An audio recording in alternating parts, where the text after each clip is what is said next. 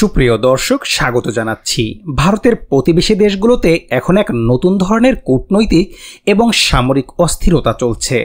তুরস্ক একটি ইউরোপ এশিয়ার মাঝামাঝি রাষ্ট্র, তা এখন বাংলাদেশের মতো দেশে অস্ত্র কারখানা ও পূর্বাবিস্তারের চেষ্টা করছে। বাংলাদেশের মাটিতে এখন তুরস্কের অস্ত্র কারখানার সামরিক কৌশল সবই আসছে দ্রুত গতিতে। অন্যদিকে ভারতও বসে নেই, পাল্টা চাল দিয়েছে। তারা তুরস্কের শত্রু রাষ্ট্রগুলোতে অস্ত্র পাঠিয়ে জবাব দিচ্ছে। তুরস্কের শত্রু রাষ্ট্রগুলোতে অস্ত্র রপ্তানি করে ঘেরাও কৌশল শুরু করেছে। এছাড়াও ভারত বলছে তুরস্কের ইসলামী জোট গঠনই দক্ষিণ এশিয়ায় এখন মূল লক্ষ্য।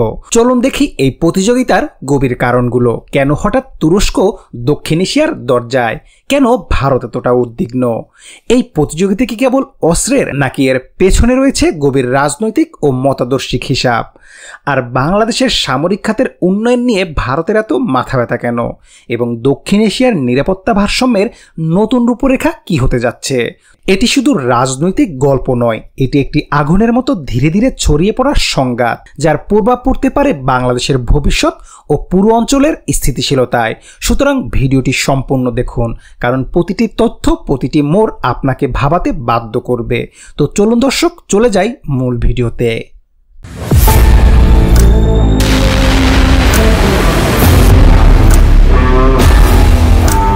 ভারতের প্রতিবেশী দেশগুলো, বিশেষ করে বাংলাদেশ, এখন একটি নতুন ধরনের ভূরাজনৈতিক উত্তেজনার কেন্দ্রবিন্দুতে পরিণত হয়েছে, যেখানে তুরস্কের মতো দূরবর্তী রাষ্ট্র দ্রুত তাদের সামরিক ও কৌশলগত উপস্থিতি বৃদ্ধি করছে।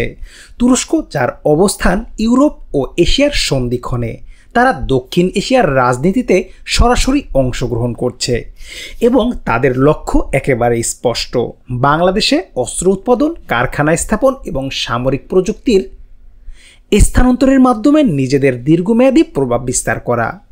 বর্তমানে চট্টগ্রাম ও নারায়ণগঞ্জে তুর্কি সহায়তায় দুটি প্রতিরক্ষা শিল্প করিডোর গড়ে তোলার পরিকল্পনা এগিয়ে চলছে, যেখানে ড্রোন, ট্যাঙ্ক সহ বিভিন্ন অস্ত্র উৎপাদন করা হবে।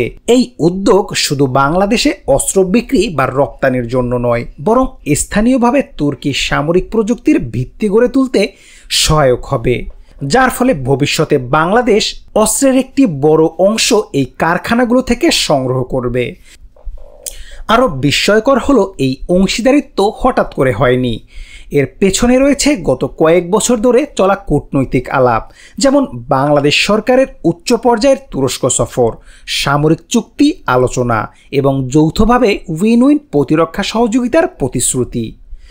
তুরস্কের এমন আগ্রাসী সামরিক কৌশল ভারতের জন্য কেবল একটি অর্থনৈতিক প্রতিযোগিতা নয়, বরং একটি আদর্শিক ও নিরাপত্তাগত হুমকি হিসেবে দেখা হচ্ছে, যা পুরো দক্ষিণ এশিয়ার কৌশলগত ভারসাম্যকে পুনঃসংজ্ঞায়িত করতে পারে। আর তাই ভারতের অন্যতম গুরুত্বপূর্ণ প্রশ্ন এখন, তুরস্ক দক্ষিণ এশিয়ায় কেন? একটি রাষ্ট্র যার ভৌগোলিক অবস্থান ইউরোপ ও মধ্যপ্রাচ্যের মাঝে। আর তাই ভারতের অন্যতম গুরুত্বপূর্ণ প্রশ্ন এখন, তুরস্ক দক্ষিণ এশিয়ায় কেন?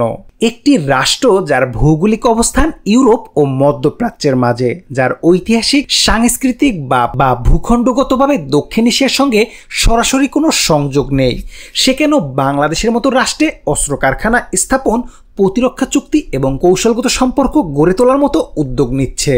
ভারতের দৃষ্টিকোণ থেকে বিষয়টি নিছক ব্যবসা নয়, বরং একটি গভীর আদর্শিক ও রাজনৈতিক চাল। তুরস্কের প্রেসিডেন্ট রিসেপ তাইপ এরদোগান দীর্ঘদিন ধরেই নিজেকে মুসলিম বিশ্বের নেতৃত্বে প্রতিষ্ঠিত করতে চাইছেন, যেখানে পাকিস্তান, মালদ্বীপ ও বাংলাদেশ, এই তিনটি মুসলিম প্রধান দেশকে নিয়ে একটি আনুষ্ঠানিক ইসলামী জোট গঠনের ইঙ্গিত স্পষ্টভাবে দেখা যাচ্ছে। এরদোয়ান এই অঞ্চলে তুরস্কের প্রভাব বিস্তার করে শুধু কূটনৈতিক সুবিধা নয়, বরং ভারতকে কৌশলগতভাবে ঘিরে ফেলার মতলবও বাস্তবায়ন করছে বলে বিশ্লেষকরা মনে করছেন। ভারত এটিকে সরাসরি নিরাপত্তা হুমকি হিসেবে বিবেচনা করছে, কারণ তুরস্ক কাশ্মীর ইস্যুতে বারবার পাকিস্তানের পক্ষে কথা বলেছে এবং ইসলামপন্থী শক্তিগুলোর পৃষ্ঠপোষকতা করে দক্ষিণ এশিয়ায় একটি ধর্মীয় রাজনৈতিক প্রভাব বিস্তার করতে চাইছে। তাছাড়া তুরস্কের দক্ষিণ এশিয়ায় নেই কোনো স্থায়ী সামরিক ঘাঁটি, নেই বড় আকারে প্রবাসী জনগোষ্ঠী, এমনকি নেই উল্লেখযোগ্য অর্থনৈতিক নির্ভরশীলতা। তবুও তারা এই অঞ্চলে ঢুকছে মূলত রাজনৈতিক ও মতাদর্শিক প্রভাব বিস্তারের জন্য। ভারতের আশঙ্কা এর মাধ্যমে দক্ষিণ এশিয়ার মুসলিম প্রধান দেশগুলোতে ধর্মীয় চেতনা ও বিদেশি প্রভাবকে একত্র করে একটি নতুন ভূরাজনৈতিক বাস্তবতা তৈরি করা হচ্ছে, যেখানে ভারত নিজ ভূমিতে পরিণত হতে পারে একটি ঘেরাও করা শক্তির মাঝখানে। ফলে প্রশ্নটা শুধু তুরস্ক কেন এসেছে নয়, বরং কোন উদ্দেশ্যে এসেছে।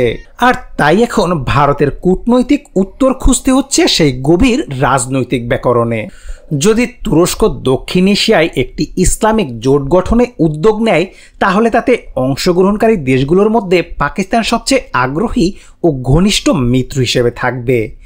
দীর্ঘদিন ধরে সামরিক, রাজনৈতিক ও কাশ্মীর ইস্যুতে তুরস্কের সঙ্গে পাকিস্তানের ঘনিষ্ঠ সম্পর্ক বৃদ্ধি পেয়েছে।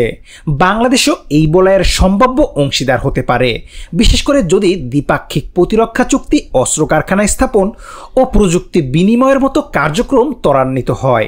মালদ্বীপে ইসলামপন্থী নেতৃত্বের উত্থান ইতিমধ্যে তুরস্কের প্রভাবকে সেখানে স্বাগত জানিয়েছে, ফলে মালদ্বীপও এই জোটে অন্তর্ভুক্ত হতে পারে। তুরস্কের ইসলামী নেতৃত্বের ধারণা ও কার্যক্রমে মধ্যপ্রাচ্যের কিছু দেশ যেমন কাতার আগ্রহী ভূমিকা রাখতে পারে, কারণ কাতার ইতিমধ্যেই তুরস্কের ঘনিষ্ঠ মিত্র এবং এরদোয়ানের রাজনৈতিক ও সামরিক দৃষ্টিভঙ্গিকে সমর্থন করে থাকে। তবে অপরদিকে এই জোট গঠনে দক্ষিণ এশিয়ার রাজনৈতিক ভারসাম্যের জন্য একটি বড় চ্যালেঞ্জ হয়ে দাঁড়াতে পারে। ভারতকে জাতীয় নিরাপত্তার হুমকি হিসেবে দেখছে এবং এর জবাবে ইসরায়েল, গ্রিস, আর্মেনিয়া ও মিশরের মতো তুরস্ক বিরোধী দেশগুলোর সঙ্গে প্রতিরক্ষা সহযোগিতা বাড়ানোর পথে এগিয়ে যাচ্ছে। সৌদি আরব ও সংযুক্ত আরব আমিরাত, যারা তুরস্কের ইসলামপন্থী নেতৃত্বে সন্দেহপ্রবণ, তারা এই ধরনের জোটে সক্রিয় বিরোধিতা করতে পারে বা অন্তত নিরপেক্ষ অবস্থানে থেকে প্রভাব খাটানোর চেষ্টা করতে পারে। এখানে ইরান এমন একটি অনিশ্চিত খেলোয়াড়, যারা নিজের আদর্শিক ও আঞ্চলিক স্বার্থে এই জোটে অংশ না নিয়ে বরং প্রতিদ্বন্দ্বিতা করতেই বেশি আগ্রহী হতে পারে। ফলে তুরস্ক যদি সত্যি দক্ষিণ এশিয়ায় একটি আদর্শিক ইসলামিক জোট গঠনের দিকে এগিয়ে যায়, তাহলে সেটা শুধু মুসলিম প্রধান কিছু দেশের সমর্থনই পাবে না, বরং আঞ্চলিক ও বৈশ্বিক পর্যায়ে তীব্র প্রতিক্রিয়া এবং প্রতিরোধের মুখেও পড়বে। আর এদিকে ভারতও বসে নেই। তারা বুঝে গেছে তুরস্ক শুধু প্রতিরক্ষা পণ্য বিক্রি করতে নয়, বরং দক্ষিণ এশিয়ায় একটি আদর্শিক ও কৌশলগত বলয় তৈরি করতে চায়। এর জবাবে ভারত নিয়েছে পাল্টা কৌশল। তুরস্কের শত্রু রাষ্ট্রগুলোতে সরাসরি অস্ত্র রপ্তানি শুরু করেছে, যার মাধ্যমে তৈরি হয়েছে এক ধরনের কৌশলগত ঘেরাও। এই ঘেরাও কৌশলের মূল লক্ষ্য হচ্ছে তুরস্ক যেভাবে ভারতের চারপাশে প্রভাব বিস্তার করছে, ভারতও যেন তুরস্কের চারপাশে একই রকম চাপ তৈরি করতে পারে। এরই অংশ হিসেবে ভারত 2023 সাল থেকে আর্মেনিয়াকে বিভিন্ন ধরনের ক্ষেপণাস্ত্র, রাডার সিস্টেম এবং গোলাবারুদ রপ্তানি করেছে। তুরস্ক যেখানে আর্মেনিয়ার বিরুদ্ধে আজারবাইজানকে সামরিক সহায়তা দিয়েছে, ভারত সেখানে আর্মেনিয়ার পাশে দাঁড়িয়ে একটি পরিষ্কার বার্তা দিয়েছে। একইভাবে সাইপ্রাস, যার দক্ষিণ অংশ আন্তর্জাতিকভাবে স্বীকৃত এবং যার উত্তর অংশ তুরস্ক সমর্থিত, সেখানে ভারত সামরিক সহায়তা দেওয়ার প্রস্তুতি নিচ্ছে এবং কূটনৈতিক সমর্থন জোরদার করছে। এই ঘেরাও কৌশল শুধু সামরিকভাবে নয়, রাজনৈতিকভাবে একটি বার্তা বহন করে। ভারত শুধু আত্মরক্ষামূলক অবস্থানে নেই, বরং এখন প্রভাব বিস্তারের কৌশলও নিচ্ছে। ফলে তুরস্কের মুসলিম প্রধান দেশগুলোতে ঢোকার কৌশলের বিপরীতে ভারত তুরস্কের প্রতিবেশীদের শক্তিশালী করে আঞ্চলিক ভারসাম্য রক্ষার চেষ্টা করছে, যাতে করে ভবিষ্যতে তুরস্ক ভারতের আশেপাশে চাপ সৃষ্টি করতে না পারে।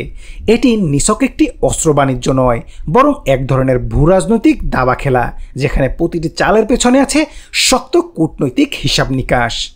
দক্ষিণ এশিয়ায় আজ যে দৃশ্যপট আমরা দেখছি তা আর আগের মতো সরল নয়। একদিকে তুরস্ক আদর্শিক প্রভাব, সামরিক প্রযুক্তি ও ধর্মীয় নেতৃত্বের ছায়া নিয়ে ঢুকে পড়ছে ভারতের প্রতিবেশী রাষ্ট্রগুলোতে। অন্যদিকে ভারতও প্রতিকৌশল নিয়ে এগুচ্ছে, তুরস্কের শত্রুদের পাশে দাঁড়িয়েছে, আঞ্চলিক ভারসাম্য রক্ষার চেষ্টা করছে। এই লড়াই এখন আর শুধু অস্ত্র কিংবা অর্থনৈতিক অংশীদারিত্বের মধ্যে সীমাবদ্ধ নয়, এটা পরিণত হয়েছে এক গভীর আদর্শিক সংঘাতে। সেখানে প্রতিটি রাষ্ট্র তার নিজস্ব অবস্থান ও ভবিষ্যৎ নিরাপত্তা নিশ্চিত করতে চাইছে। বাংলাদেশ, মালদ্বীপ, পাকিস্তান কিংবা আর্মেনিয়া সবাই এই ভূরাজনৈতিক দাবার খেলায় একটি চাল হয়ে দাঁড়িয়েছে। কিন্তু প্রশ্ন হলো, এই খেলায় জয়ী হবে কে? আদর্শ নাকি কৌশল? ইসলামী প্রভাব নাকি বহুমাত্রিক ভারসাম্য? তুরস্কের বর্তমান ভূরাজনৈতিক কৌশলে দক্ষিণ এশিয়া একটি নতুন মেরুকরণের কেন্দ্রবিন্দুতে পরিণত হয়েছে। রাষ্ট্রপতি রিসেপ তাইপ এরদোগান বহুদিন ধরেই মুসলিম বিশ্বের নেতৃত্বের জন্য সৌদি আরব ও ইরানের সঙ্গে প্রতিযোগিতায় রয়েছে, কিন্তু মধ্যপ্রাচ্য ভিত্তিক এই প্রতিযোগিতাকে এখন তিনি আরও পূর্ব দিকে বিস্তৃত করতে চাইছেন।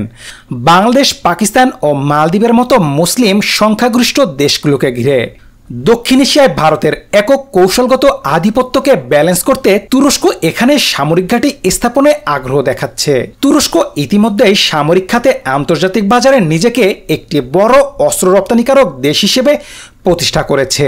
বায়াক্তার TB2 ড্রোন দিয়েই ইউক্রেন, আজারবাইজান, লিবিয়া, সিরিয়ার যুদ্ধক্ষেত্রে নিজেদের কার্যকারিতা প্রমাণ করেছে। আফ্রিকা, মধ্যপ্রাচ্য, মধ্য এশিয়ার বহু দেশকে ড্রোন, কামান, গাড়ি, রাডার সিস্টেম এবং ক্ষেপণাস্ত্র সরবরাহ করছে। এছাড়া তুরস্ক কাতার, সোমালিয়ায় স্থায়ী সামরিক ঘাঁটি স্থাপন করেছে। আপনার মতামত কি? আপনি কি মনে করেন দক্ষিণ এশিয়ায় তুরস্কের উপস্থিতি দীর্ঘস্থায়ী হবে? ভারত কি সফলভাবে এই ঘেরাও কৌশল বাস্তবায়ন করতে পারবে? কমেন্টে জানান আপনার বিশ্লেষণ।